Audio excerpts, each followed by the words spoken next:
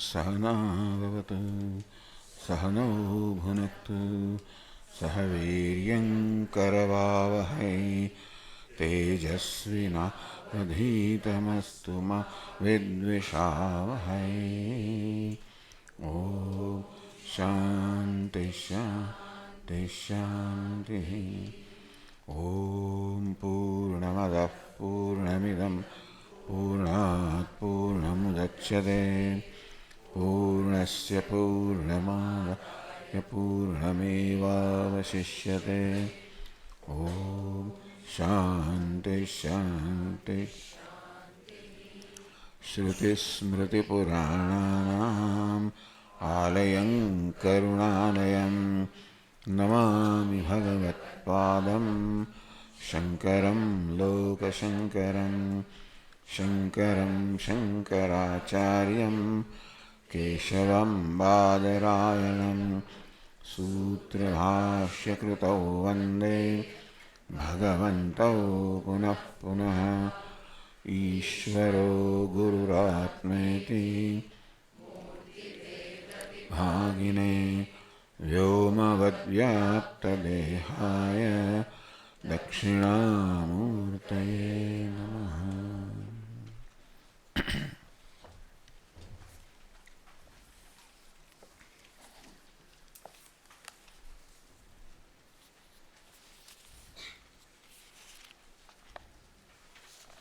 We're page 7.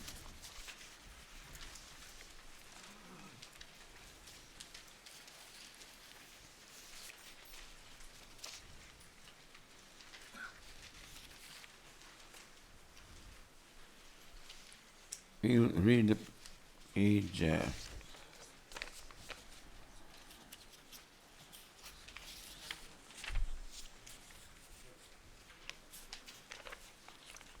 page 6 actually. You are in the last verse. We'll just read the verse number 11 on the page 6. Tadete shloka bhavanti swapnena sharinam abhiprahritya asuptas suptana vichakashiti Shukramādāya punaraiti sthanam Hiranmayah purusha ekahamsah. So the dream state is being described here, and the reason for the dream state is to establish the Swam Jyotishtam, that Atma, the self, is self-effulgent, that it is the light of Atma that illumines everything. And for that the example of dream is given here, because there it will become very clear to us that what illumines the dream world, because all the external luminaries like sun and moon etc. are not available there. As we say, the sun or the moon that we see in the dream are creations of our own mind, but they are not real sun and the moon, real luminaries. And still you find that the dream world also is illumined, meaning there also the vyavahara or the transaction takes place as it does in the waking state. He was asked, the person sits in his home, karma kurute, performs various chores, he goes out, again performs chores, returns home. So thus in dream also we find the person performing similar activities as in the waking state. And therefore, the point is, what is it that enables him to perform all those chores, all those duties, all that vyavahara? What illumines the transactions or the activities going on in the dream state, where these conventional luminaries are not present, and still you find that the dream world also is illumined. So what is that Jyoti? What is that light that illumines the dream world? And the example of dream is taken to establish the self-effulgence of Atma, because it's only light that is available in the dream. The light is available is that of Atma, or the consciousness, and that illumines the dream world, meaning that also illumines the waking world. That alone is the illuminator. Upanishad says, Tameva bhantam anubhati sarvam. When that shines, when the Atma shines, the consciousness shines, everything shines in the light of consciousness. Tasya vasa sarvedam vibhati. All of this shines in the light of that consciousness. So, to establish the self-effulgence of the Atma, that Atma does not require any other light to illumine that, and that is the light that illumines everything. For that, the example of dream is taken, because that self-effulgence will become very clear. So in the waking state, there are other luminaries also, such as the sun and the moon, and therefore it may not be very clear which one illumines the dream world, waking world, but in the dream world they are not there. So to make it very clear that the only one that shines and illumines everything is Atma, the consciousness. Therefore, a very detailed discussion of the dream also is taken up here in this Upanishad. Tadete shloka bhavanti, and describing a dream world, the Upanishad says that these are the shlokas or verses or mantras that are there. We do not know the source of these mantras, but they are quoted. It may be some place which is not maybe available to us right now, but these mantras are there which describe the dream world. Swapnena shairam abhiprahatya asuptaha. So the dreamer, the Atma, does not sleep in the dream world. Asuptaha, he himself remaining non-sleeping, means awake. Shariram, or shariram shariram abhiprahatya. He puts this body aside. In the dream world, the waking body is put aside, made unconscious, and a new dream body is created. And with that body then, the dream transactions are going on.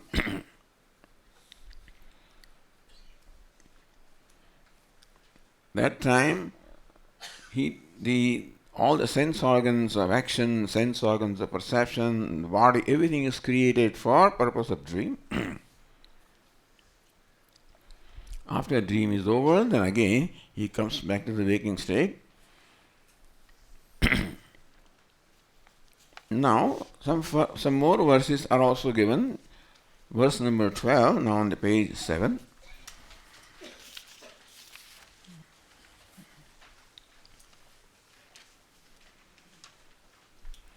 Pranena rakshannavaram kulayam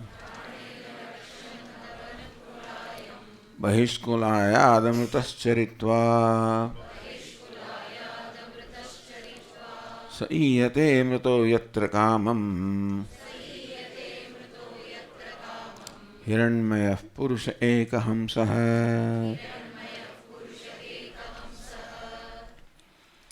Hiranmayah Purusha Ekahamsah. That's a refrain in the last verse, this verse also. The Ekahamsah, one that goes alone, Hanti iti Hamsah, the one who goes alone.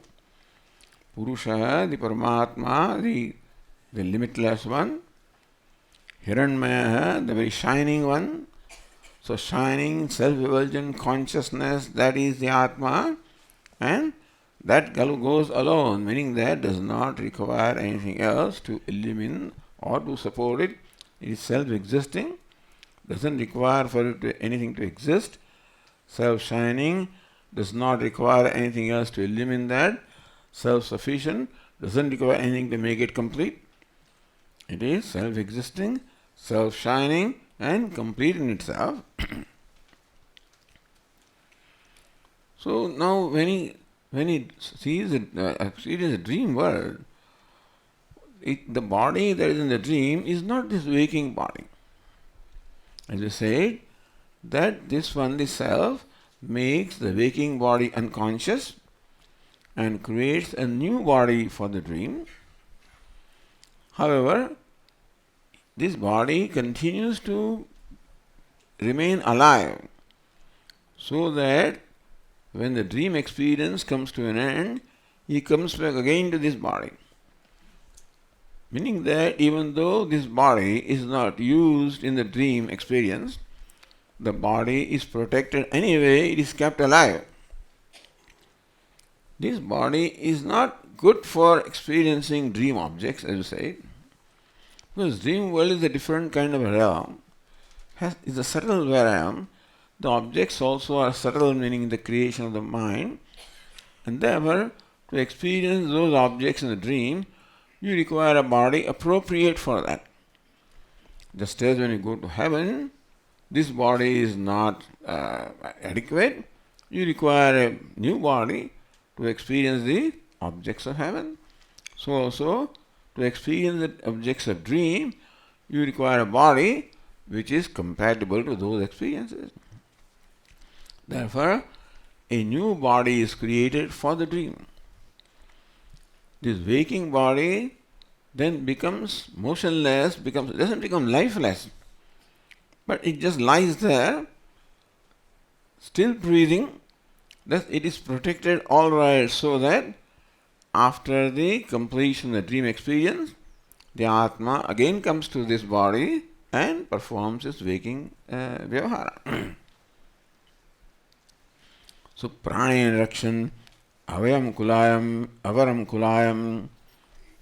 This body is called an inferior need. After all, they don't have much respect for this body as such, because it is like it stores all kinds of unclean or miserable things like the urine and whatnot. So this body is not highly respected. As far as the Atma, which is pure and of the nature of happiness is concerned, naturally this body is extremely inferior. In that sense, not that there is intention of condemning this body, but the reason why the body is called inferior is to help us understand, make us understand that there is something superior to this body. That this body is not everything in our life. There is something much more than that, something much superior to that, and therefore we should know and therefore give up the identification of the body and then create an identification with that which is higher, which is much more superior. For that purpose, this body is called an inferior body.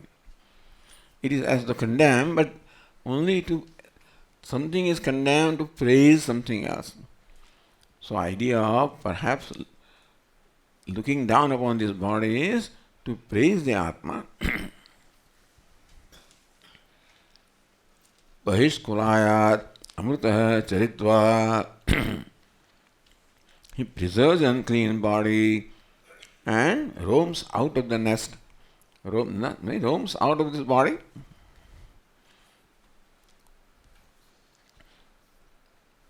Iyate amrutah yatra kamam. He goes wherever he wants. A kamam means as he wishes.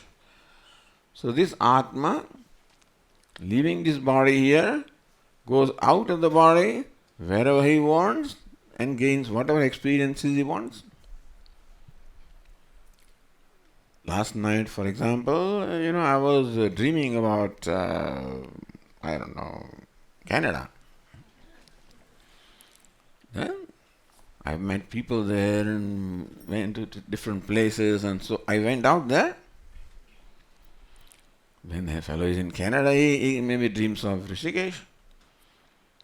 So it looks like in the dream we go to various places and gain various experiences, sometimes pleasant, sometimes unpleasant, because we don't have control over what we will experience, but certainly we do experience various things in a dream. So this is one way of looking at dream, as though I go out to that realm and gain various experiences. Atma does not go out.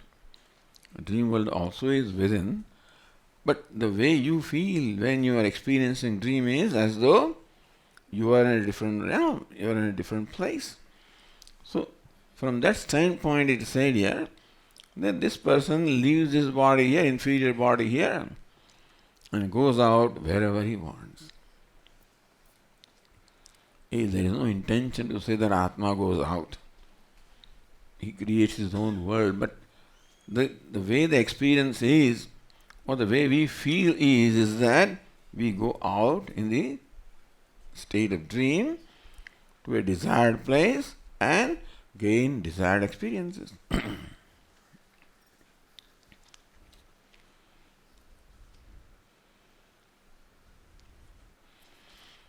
So he goes wherever he likes, experiences whatever he wants, depending upon his karma. So really, I experience not always very pleasant things, but I guess that is the time. That time I want to experience that.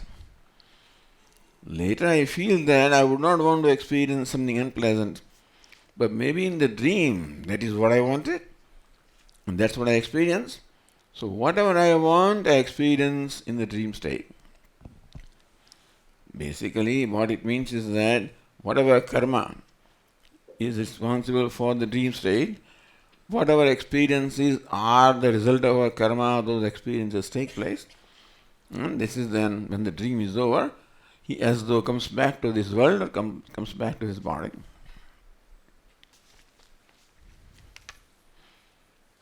Next verse says, on the same page, Swapnanta ucchavachamiyamanaha Rupani devah kurute bahuni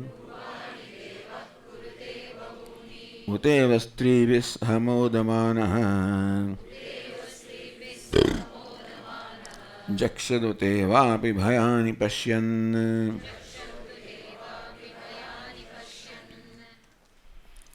Swapnanta, in the dream, not at the end of the dream, but when he is in the dream, Ucchavacham iyaman, Ucchavacham rupani devaha bahuni kurute. This Deva Atma kurute creates rupani, many forms, Uccavacha, superior and inferior. I don't remember my dream, but they say sometimes a person becomes an animal in the dream. I don't know if everybody has experience like that. You become a devata in the dream. You become an animal in the dream. You become a variety of things in the dream. Which is what I read, but I have no experience. I don't remember much dream anyway, but still, I don't remember I became a camel in dream, I became buffalo in the dream, inferior forms, I became a flying devata in the dream. I have no such experience or no such memory. But this is what is said, that in the dream, the self assumes various forms.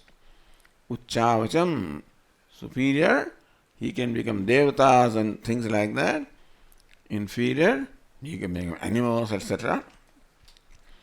And what determines that is his karma.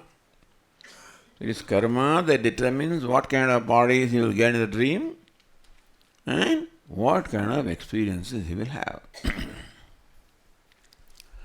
All this is academic for us, but right now the Upanishad seems to be intent upon describing dream in a great detail, because dream is taken for establishing the self-effulgence of Atma. That we have said a number of times.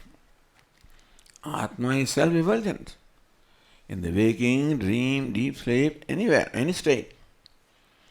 But in the dream state, it becomes easier to establish the self-effulgence of Atma because there is no other luminary there, and that is why the dream state here is described in great detail. Swapnanta uchchavacham iyamanaha rupani deva kurte bahuni. In the dream world, the shining one, modamana jakshat deva bhayani pashyan. Deva means the effulgent one, the shining one, attaining higher and lower states. Uchchavacham iyamanaha. Uccha, higher, avacha, lower. And so attaining higher and lower forms in the dream, this devata, or the self-effulgent Atma,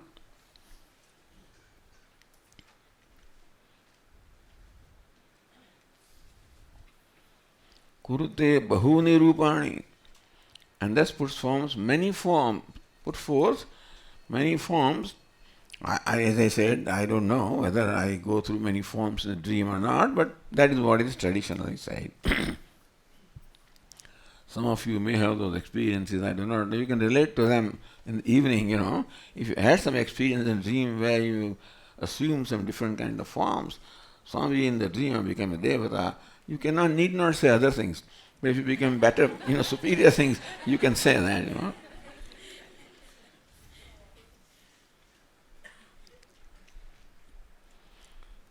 Modamana. The dream, he seems to be enjoying himself. Stribihi saha, with women. No, this is a standard thing, I guess enjoying means with women, who knows, but anyway. So, and we assume also that this is a description of a man going through the dream, but that same thing would apply to a woman also. Usually we imagine that this teaching is imparted to the disciples who are largely men, who would go to that forest, so women would not go. Those days where the teachers were living, were in the remote areas, in forests, and you have to literally leave your home and leave everything here in Puja Swami's word, burn all your boats and go, not to come back. Therefore, going to a teacher means they take sannyasa and go wherever the teacher is and stay with him, serve him and learn from him. So therefore, it is the male disciples that are being told, so they are said, Stribihi modamanaha, this person in the dream experiences pleasures with women, but the other thing, the reverse also would apply. Jakshat, laughing, etc., with friends and relatives. Evapi bhayani pashyan is not that he only has pleasant experience in a dream, bhayani pashyam, he sees frightful things also in the dream. A similar description is found in Chandogya Upanishad also in the 8th chapter, etc. So, in pleasant and unpleasant experiences, a person goes through in the dream states.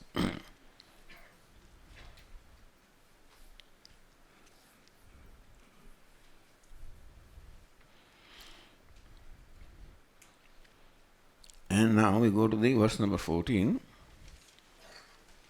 The first line of this verse is the conclusion of the verses that the Upanishad is quoting. Aramavasya pashyante natam pashyati kaschana iti. So it is unquote, meaning these verses are quoted with iti aramam asya pashyanti natam pashyanti kaschana iti. Aram means sport or whatever vyavahara, whatever transactions or interactions and experiences he has, that is what everybody sees. The verse says that everybody sees whatever kind of experiences the dreamer goes through in the dream. Natam pashyati kaschaneti, but nobody sees him. Nobody recognizes that he is Atma who is going through all these various experiences, all everybody sees is the kind of form that the dreamer takes and kind of experiences that the dreamer has. And that is all people see. And naturally, that is what we can see with our organs of perception. We can only see tangible forms. Atma cannot be perceived with sense organs anyway, therefore it is not possible that we see Atma. So how do you see Atma? Just off the, this question. How do you see Atma? How do you see yourself? Huh? Not something to be seen, then what? Experience Atma?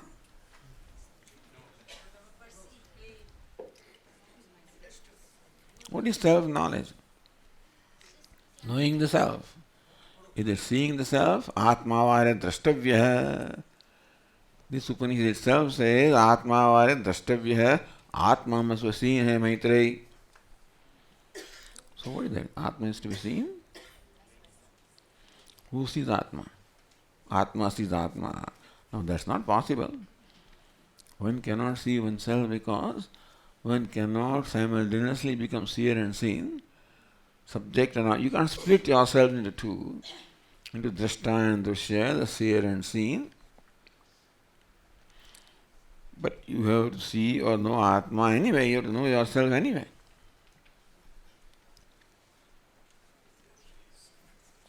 That has not come here, and I guess it is, maybe I am, but this thought comes to me just to tease you,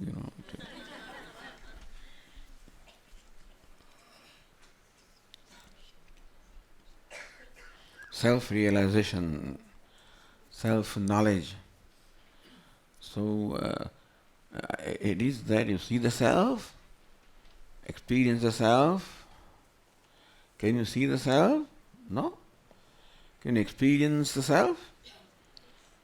In experience also, the experiencer and the experienced should be different.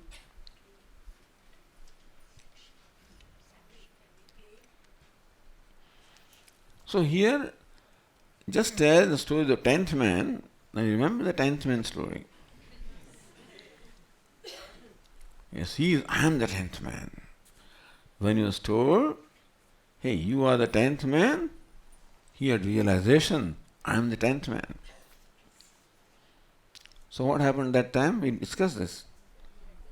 What he saw the 10th man in front of him.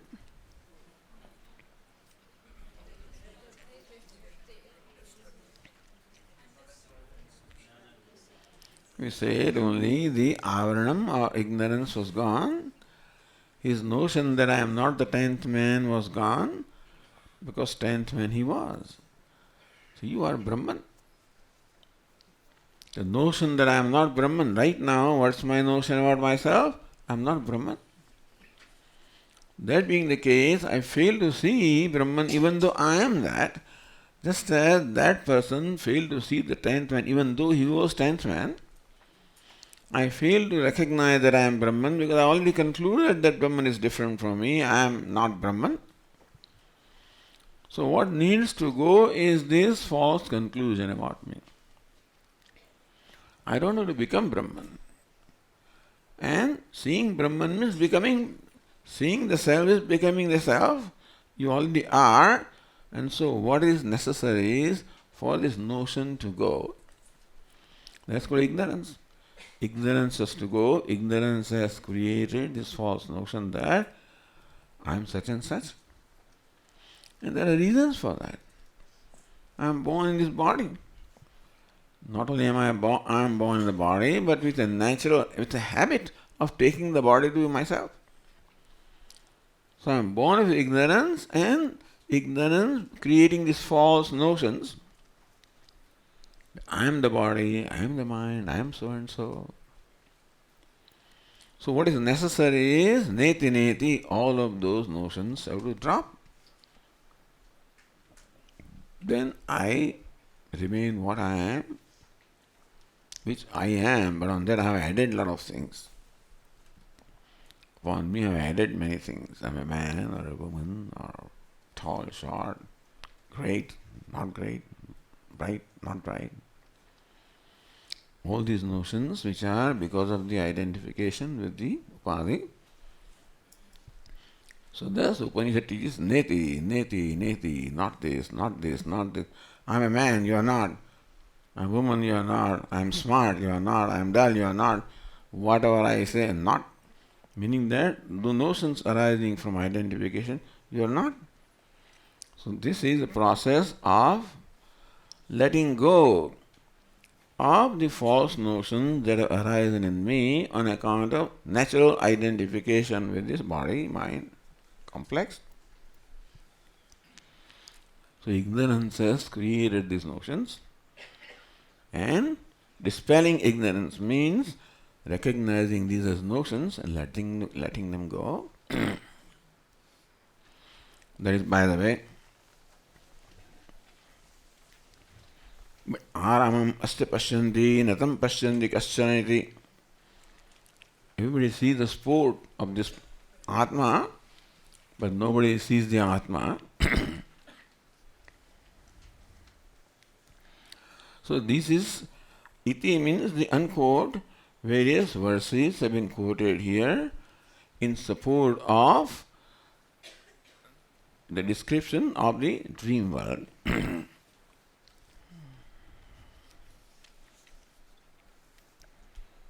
Now, some incidental things that are being told here.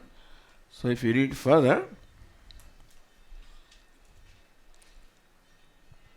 tam nayatam bodhayet ityahu durvishajyam ha asmai bhavati yameshaha na pratipadyate. This is said, by the way, natam ayatam bodhaye. So don't wake him up suddenly. When a person is fast asleep, it says, this Upanishad quotes some people saying this. They say that the sleeping man should not be woken up suddenly. Here the process is not described, but apparently in the waking state, I am in my all sense organs. This is where I abide so that I have the experiences of the sense objects. Then in the dream I withdraw myself and supposedly go in some very fine nerves called hita, nadi, that is where I am near in this neck region, in the dream state. In deep sleep, again I withdraw myself and go to the heart. So I will travel through very fine nerves, through these passages from here to there to the heart. So if you wake up this person suddenly, then he may not come back to the same passage. The idea is that some travel is involved here, as they describe. That the waker is generally residing here in the extremities of the sense organs so that he can perceive the sense world.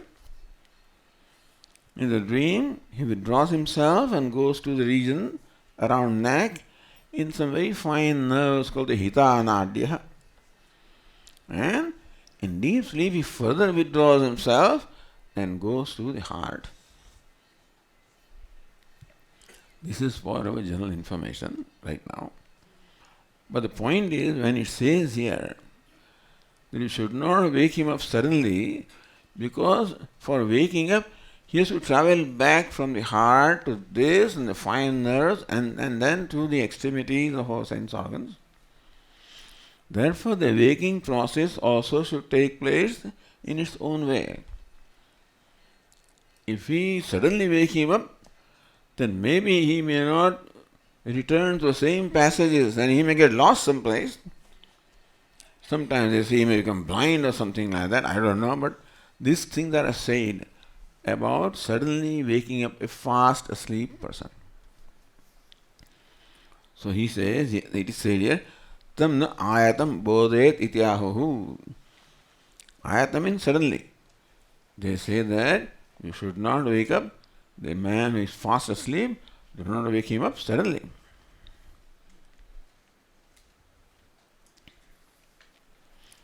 Durvishajyam asmai bhavati yamesha na pratipadyate.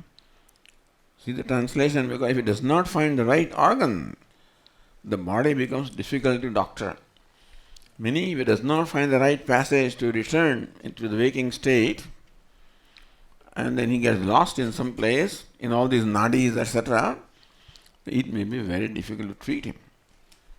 So, this is said by the way, it is because they are discussing the dream state, etc., they are giving us information about the dream that is available from different sources.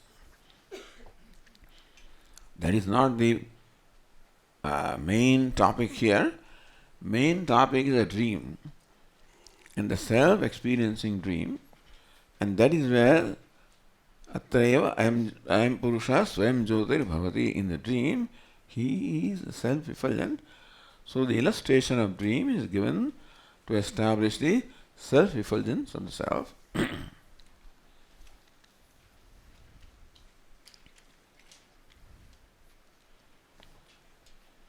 Further we read the passage.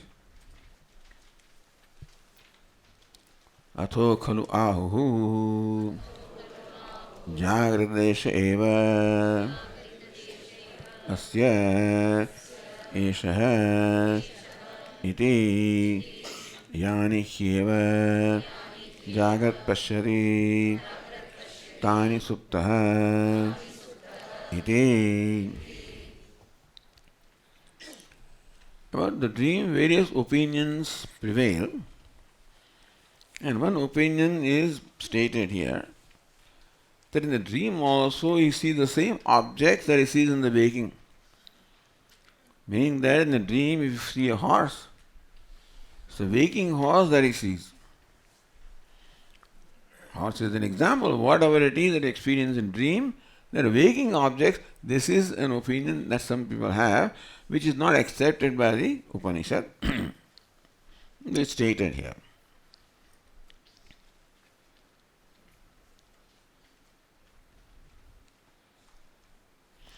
So some people think that in the dream also you see the objects that you see are waking objects. In dream also, if you see a dog, it's a waking dog that you see. A real dog you see in the dream, and real, Ganges you see in the dream. This is an opinion. These are some of the opinions that are discussed in the Mandukya Kadika. The dream also, and then those opinions are taken and then dismissed, and then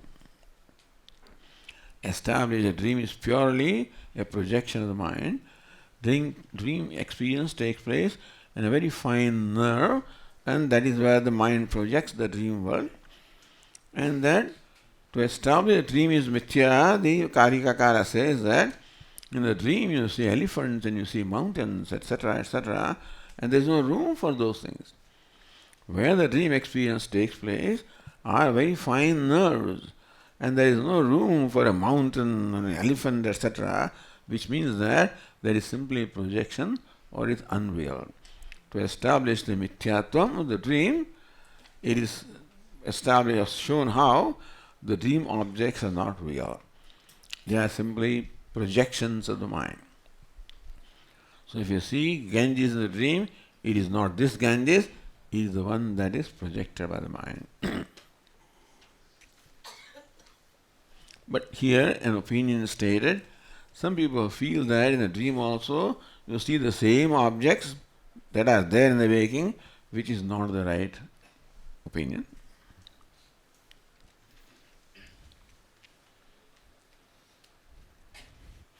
Now the discussion is concluded here by the statement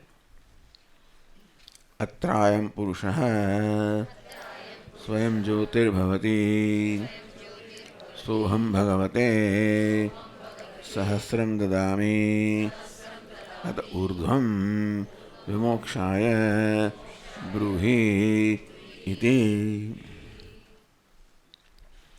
Atrayam Purushaha Swayam JyotirBrahmana. Atra, in the dream state, this Purusha, the Atma, becomes self-effulgent, meaning that it is the effulgence of the Atma that what illumines the dream, and therefore the dream experience establishes that Atma is self-effulgent.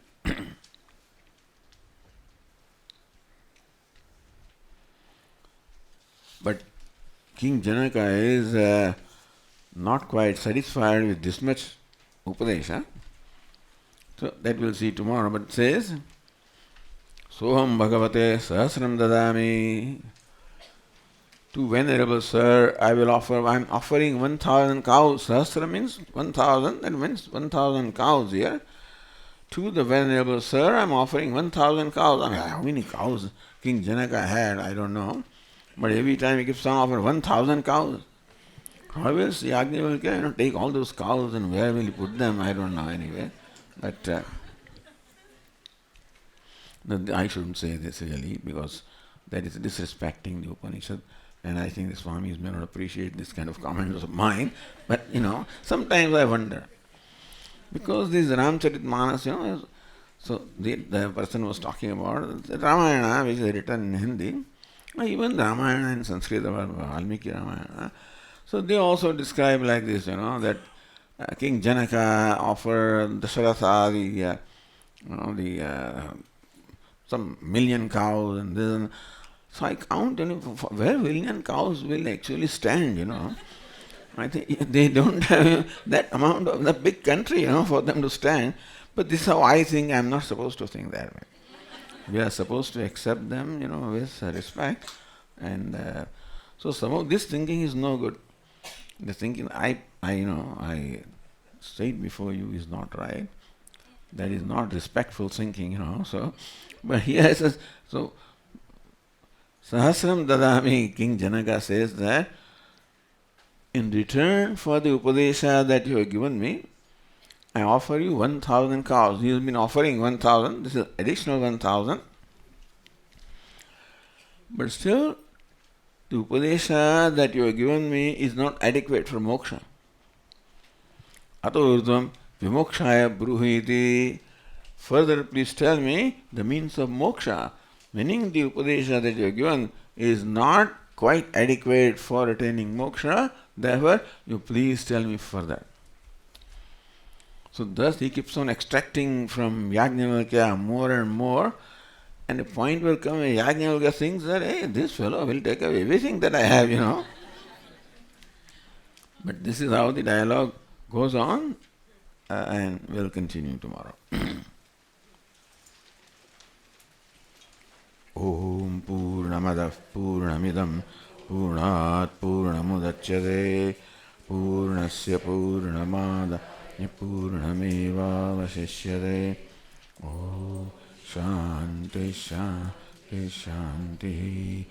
Shankaram Shankaracharyam Keshavam Badarayanam Sutrabhashya Krutau Vande Bhagavantau Punah Punah Ishvaro Gururatmeti Murti Bheda Vibhagine Vyomavadvyapta Dehaya Dakshinamurtaye Namaha. Om Shanti Shanti. Hari Om Shri Gurubhyo Namaha. Hari